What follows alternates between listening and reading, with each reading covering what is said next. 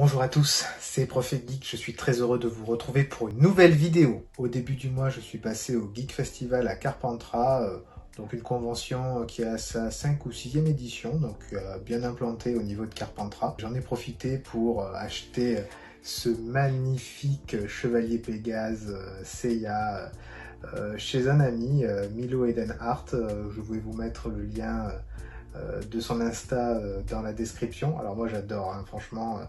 Bon, vous savez qu'en ce moment je suis à fond sur Saint Seiya, et là la posture, le côté un peu plus vieux que dans la série, on voit qu'il a un peu pris de l'âge, puisque je rappelle que normalement il a que 14 ans. Là il fait un peu plus la vingtaine, un peu mieux bâti. Voilà, bon, bah, j'ai beaucoup aimé et j'ai complètement craqué. N'hésitez pas à aller voir son Insta, il fait des choses magnifiques.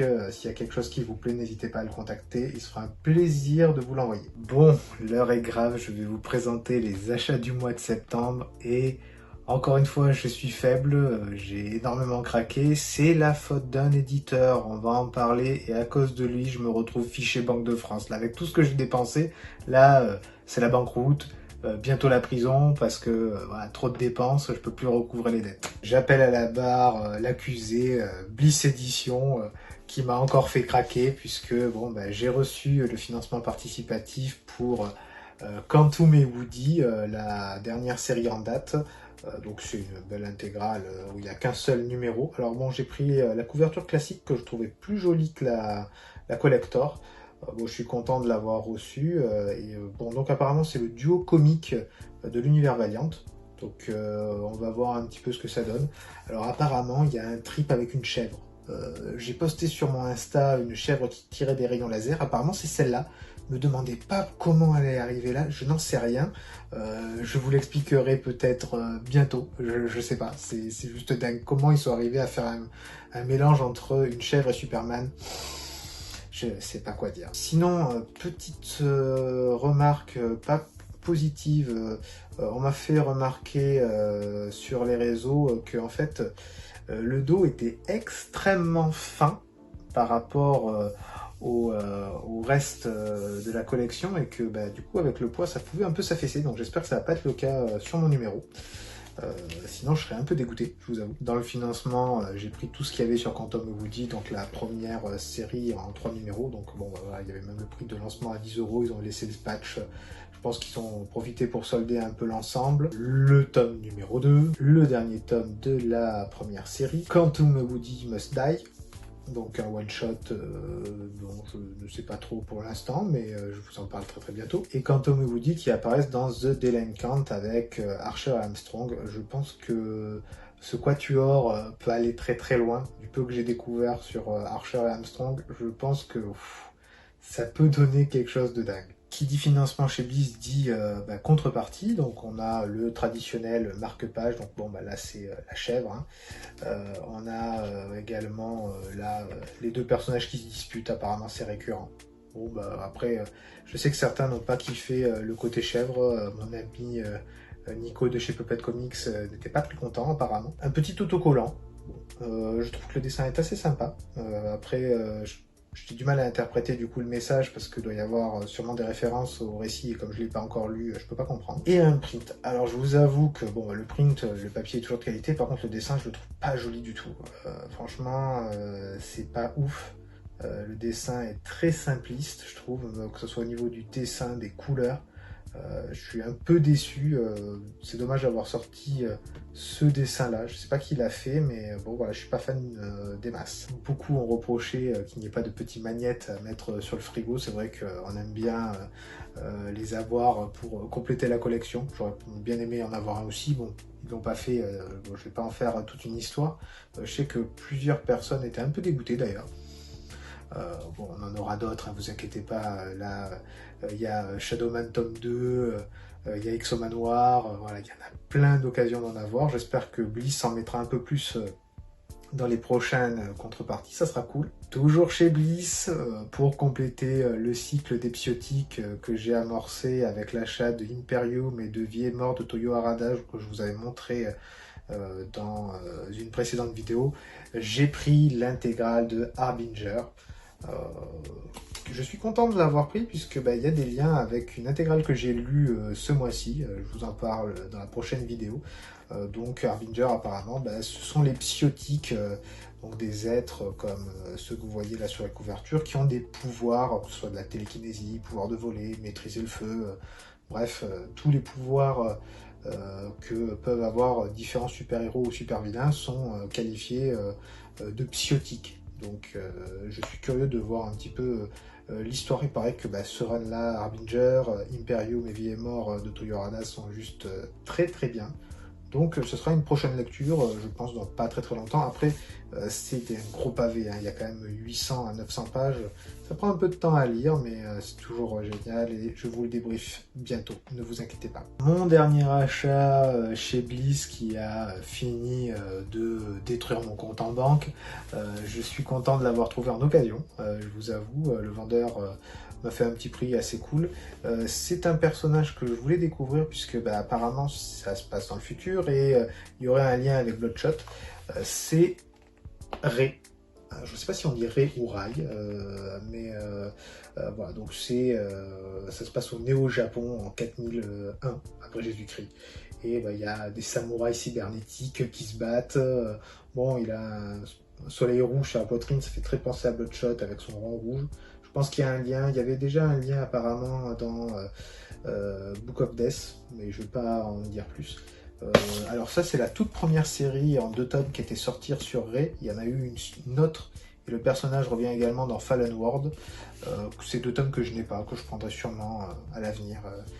C'est un peu compliqué de tout prendre. Bliss fait beaucoup quand même de financement, beaucoup de contreparties possibles. Faut pouvoir suivre financièrement, c'est pas toujours facile et ça prend de la place aussi. Ouais, bon, déjà je suis content d'avoir cela, de découvrir le personnage. Juste, je rappelle que si vous voulez vous lancer dans l'univers Valiant en français, sur le site de Bliss, vous pouvez feuilleter pas mal de pages gratuitement. Ils offrent vraiment une découverte de l'univers. N'hésitez pas, et en plus ils ont allégé les choix de financement qu'ils font tous les mois. Maintenant, vous n'êtes plus obligé de prendre le tome qui est principal en vente pour avoir les autres contreparties. Vous pouvez déjà prendre les contreparties apparemment. Ils ont fait sauter ce verrou-là. Ça va leur permettre de faire découvrir plus rapidement leur catalogue, parce que là, par exemple, on est en train de voir Shadowman tome 2. Les gens qui n'ont pas le tome 1, ils vont pas acheter un tome 2, ça c'est sûr. Donc c'est bien qu'ils aient fait sauter ce verrou. N'hésitez pas à aller les voir sur Ulule, il y a plein de trucs sympas, et sinon, dans votre librairie, vous pouvez en trouver quelques-uns. On passe aux achats dans ma boutique La Crognotrieuse sur Avignon. Je suis allé leur prendre mon petit tome de Power Ranger, parce que c'est une série que j'adore, je vous en parle très souvent. Donc là, c'est la série Power Ranger, le tome 2, donc les Rangers qui sont dans l'espace, les Omega Rangers, avec Trini, Zack et Jason, c'est-à-dire les Power Rangers rouges, jaunes et noirs originels qui étaient sortis de la première saison ou de la deuxième saison du Mighty Morphin Power Ranger à l'origine. Là, on les retrouve dans une mission dans l'espace, c'est toujours aussi bien. Les dessins sont juste top. Je vous en parle dans la prochaine vidéo pour vous débriefer ce tome. C'est qualitatif, foncez sur Power Ranger. On passe aux achats Star Wars avec le tome 4 et le tome 5 de la série Classics chez Delcourt. Bon voilà, je vous en avais parlé, je les achète tous les mois. Pas beaucoup plus de choses à dire. J'étais un peu surpris puisque un de mes potes les a feuilletés dans la voiture et du coup j'ai un peu regardé et apparemment ça reprend un petit peu ce qui se passe dans les films, mais avec des choses en plus, donc je suis un peu curieux de voir ça. Je ne vais pas en dire plus pour l'instant. Normalement ça va être réédité ou c'est en cours de réédition chez Panini, donc vous pouvez les trouver, n'hésitez pas. Alors par contre il faut aimer le côté old school, hein. C'est assez vintage, déjà rien que vous voyez les dessins, c'est clairement pas du numérique et du très récent, mais il en faut pour tous les goûts. Toujours dans l'univers Star Wars, cette fois-ci au niveau de la Haute République, j'ai pris le roman Oraison funèbre, qui est sorti très récemment. J'adore la couverture où on voit 2 Jedi côte à côte avec la capuche, sabre laser tiré, je trouve que c'est classe. Ça me fait un peu penser à l'image qu'on avait avec l'apparition de Dark Revan et Dark Malak. Bon alors du coup les sabres n'étaient pas de la même couleur, eux ce sont des Jedi, l'autre c'était des Sith, mais voilà, il y a un côté de badass qui en ressort, donc voilà, la couverture m'a vraiment donné envie. J'espère que ce qu'il y a à l'intérieur sera bien. je vous en parle dans très longtemps, là par contre. Et on termine avec les mangas, alors avec une présentation rapide des achats. Le dernier tome de Saint Seiya Sentasho, le tome 16, qui clôture la série. Donc je vais pouvoir tout lire. Bon, je vous en avais parlé dans la dernière vidéo, qui m'en manquait un. Il avait été repoussé, donc j'avais pas pu le prendre au mois d'août. Donc forcément, c'est dans les achats de septembre. Il est assez épais, je suis assez content. Et la couverture est cool, on verra ce que ça vaut. Apparemment, les dessins sont bien à l'intérieur, c'est déjà un bon point. Un de mes chouchous qui revient, Goblin Slayer, Year One, le tome 8. On reprend la route du Crève-Gobelin dans sa première année avec un événement qui se passe à l'intérieur qui fait suite à ce qu'il y avait dans le tome 7. Donc c'était intéressant de voir ce qui se passe. Je ne vais pas plus donner de détails, je vous en parle dans la prochaine vidéo. Et on termine avec Aohashi, le tome 11 de chez Mangetsu. Un pur bijou. Aohashi. Alors la couverture, j'ai un peu de mal avec la couleur qui apparaît là. Alors par contre, si on décompose, c'est bien, mais c'est le côté sombre qui m'a pas plu. On voit Ashito qui hurle et un espèce de corbeau qui est superposé. Alors la composition est bien, mais c'est la couleur grise du pull qui me plaît pas du tout. S'il avait été en maillot de foot qui est noir et jaune, je pense que ça m'aurait plu davantage. D'ailleurs, je tiens à préciser que le tome 12 est annoncé avec un collector si vous le voulez, et il y aura un maillot, taille L je crois, de Ashito, de son club de l'Espérion. Donc si vous le voulez, il sera à une trentaine ou 35 € je crois. Avis aux collectionneurs si ça vous intéresse. Voilà, vous pouvez avoir un maillot de foot avec le manga. C'est une très bonne initiative de Mangetsu, il faut le dire. La vidéo touche à sa fin, si elle vous a plu, n'hésitez pas à vous abonner à la chaîne, à activer la cloche des notifications pour être prévenu de la sortie des nouvelles vidéos. N'hésitez pas à mettre des pouces, des commentaires, j'adore lorsqu'on discute de nos univers respectifs préférés. Dites-moi quel achat vous a le plus emballé dans ce que je vous ai présenté et quels ont été vos achats ce mois-ci. N'hésitez pas à me dire si vous avez vous aussi du mal à arrêter tous ces achats dans tous les sens. Je dois être le seul taré peut-être comme ça. Pitié, dites-moi que je ne suis pas seul, ça va peut-être m'aider et me rassurer. C'était Prof et Geek, je suis très content d'avoir fait un petit bout de chemin avec vous dans ce multivers de la pop culture. On se retrouve très bientôt pour une prochaine vidéo. Ciao ciao.